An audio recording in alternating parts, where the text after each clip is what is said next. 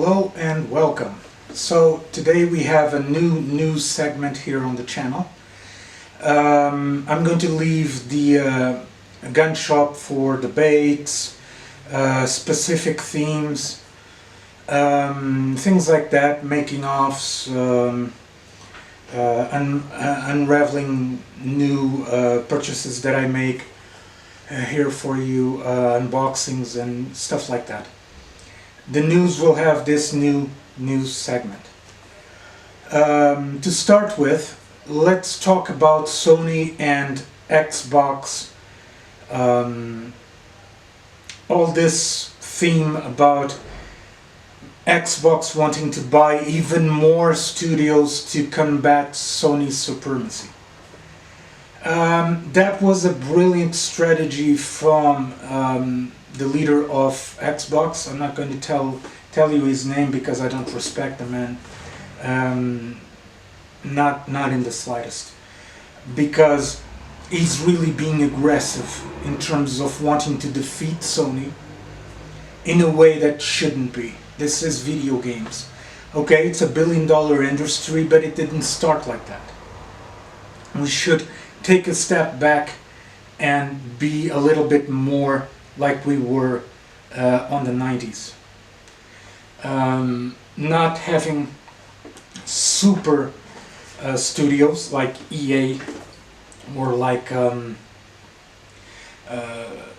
new conglomerate that Microsoft is making, and Sony is making its own conglomerate of studios. I don't believe this is the way, and this could really destroy the business in the future. But I'll leave this rambling to the gun shop. We now know that they wanted to buy Square Enix in order to prevent Final Fantasy from reaching Sony. They did with that. They actually did that with Bethesda, and they prevented Starfield from reaching PS5. Then we started knowing a few more details. Sony was on the verge of buying Bethesda to prevent it from to have Starfield reach anywhere near Xbox. Well, the spell turned against the wizard, and Xbox took the prize. However, this can really backfire for Xbox. If the game fails, if it comes filled with bugs, it will destroy Microsoft as a company. Bethesda was a really big purchase. A lot of money circulating. This could really destroy Microsoft's gaming brand, which is Xbox and Game Pass, completely. It will take for them decades to regain the trust of players. I hope this is not the case, but silently I think this will be the case. They're promising so much for a game, Starfield in this case, that it will blow up in their face if it fails. We have another case of that, which is the Flash movie that they promised so much, and it virtually destroyed Warner Brothers. Warner Brothers completely in panic, but we'll get to that. On other news, Sony announced PlayStation Q, or PlayStation Project Q, as I advertised and as I reported to you guys. It's the mobile gaming platform from PlayStation. This is designed to combat the supremacy of Nintendo, and they already shot themselves in the foot, basically. Project Q is going to work like this. You're going to need a PlayStation 5 in order to stream the game via the internet to your Project Q. So it acts like a Bluetooth Wi-Fi-ish thing that acts like a screen for your games. This can bring really big issues with lag. Let's see how it is. But I already was advised from Sony Portugal about the price here in Portugal. It's going to be 300 euros flat, okay? 300 euros in a PlayStation Q is yours. That's kind of expensive for a streaming device. I'm talking to you guys through a streaming device, my camera. I can easily plug it to my computer and act as a streaming camera. In that case, it's a streaming screen that will be that will have two controllers on the side, really close to what Twitch is. The controls will it will be a touch screen like a tablet. You remove the touch screen and it closes, so you can transport it. It's not a mobile device. It doesn't fit your pocket. It doesn't fit your bag. It's transportable inside a backpack, inside for example, a bag, a really big bag, inside your wife's bag. Quite possibly that'll be the case. It's big. Don't get me wrong. The screen is big. There's really a large area of playing field, but that's another matter. So 300 euros here in Portugal, you can buy one. I do believe the price will be universal for the entire region of Europe. So good for us. It's not an exorbitant amount of money, but it's not going to combat the supremacy of Twitch, and it's not going to be a rival of Asus ROG and the ROG Vision. The ROG Vision, I will review that in the coming days. I already have one. Surprised me in some ways, disappoint me on others. I have also a Steam Deck. I'm also testing that. It really surprised me how many games it runs. But the battery is a little bit wonky. But I'll review that on the new review segment here on the channel. So quite possibly more updates. You guys know me. I'm also receiving tons and tons of news daily. Sometimes Sony reveals something to me that advises me that, all right, okay, don't do this, don't do that. Don't reveal this ahead of time. Don't review this ahead of time. Don't do anything until I tell you to. But this is going to happen.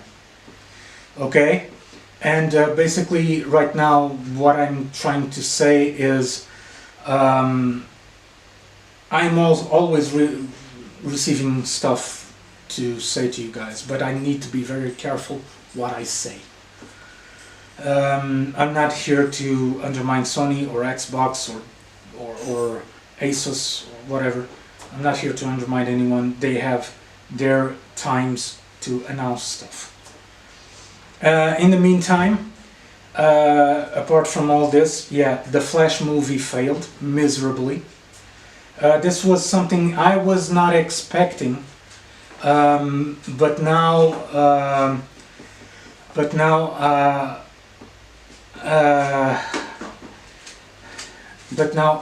right now, what I'm trying to say is, so it failed because of a few things. It failed because, number one, there's superhero fatigue. There's too many superhero movies coming out per year. And this is to fault both Disney and WB. Ezra Miller's behavior was also appalling. The entire movie should have been scrapped. They should have. Well, in this game, in this movie, they should have scrapped it. Not the Batgirl movie, but that's besides the point. So the movie is being removed from a lot of cinemas, 1,500 cinemas on the US. Here in Portugal it's going to be removed from almost all the movie theaters. I went to see it, and I have my own opinions on the Flash movie. I liked it very much. The CGI, yeah, it's a little bit wonky, and we get the feeling that was done in 10 or 15 days. Because it was. But I'll report that when I have more details. Now, the entire system of making movies of superheroes need to be reviewed. During this debacle of the Flash, they decided to say, we're going to have a new Superman. And the actor is this one. The actor is this one, and the actress that's going to play Lois Lane is going to be that one. They're shooting themselves in the foot over and over and over. There's no management on WB. James Gunn doesn't know what the fuck he's doing.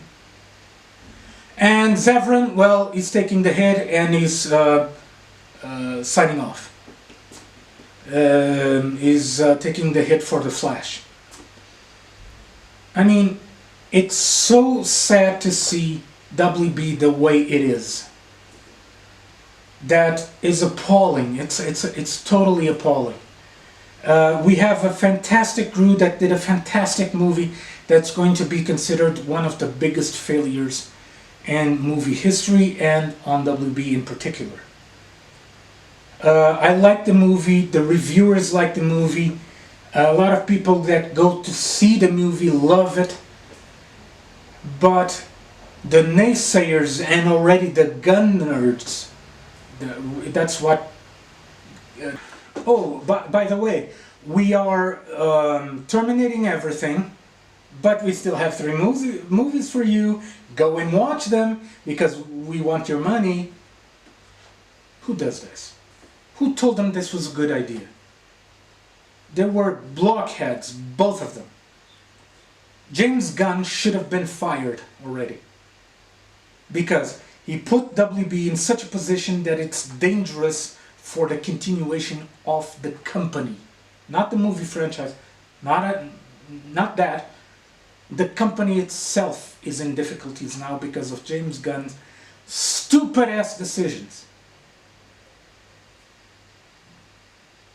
Of course, we still have 2 movies coming out, Aquaman 2 and Blue Beetle.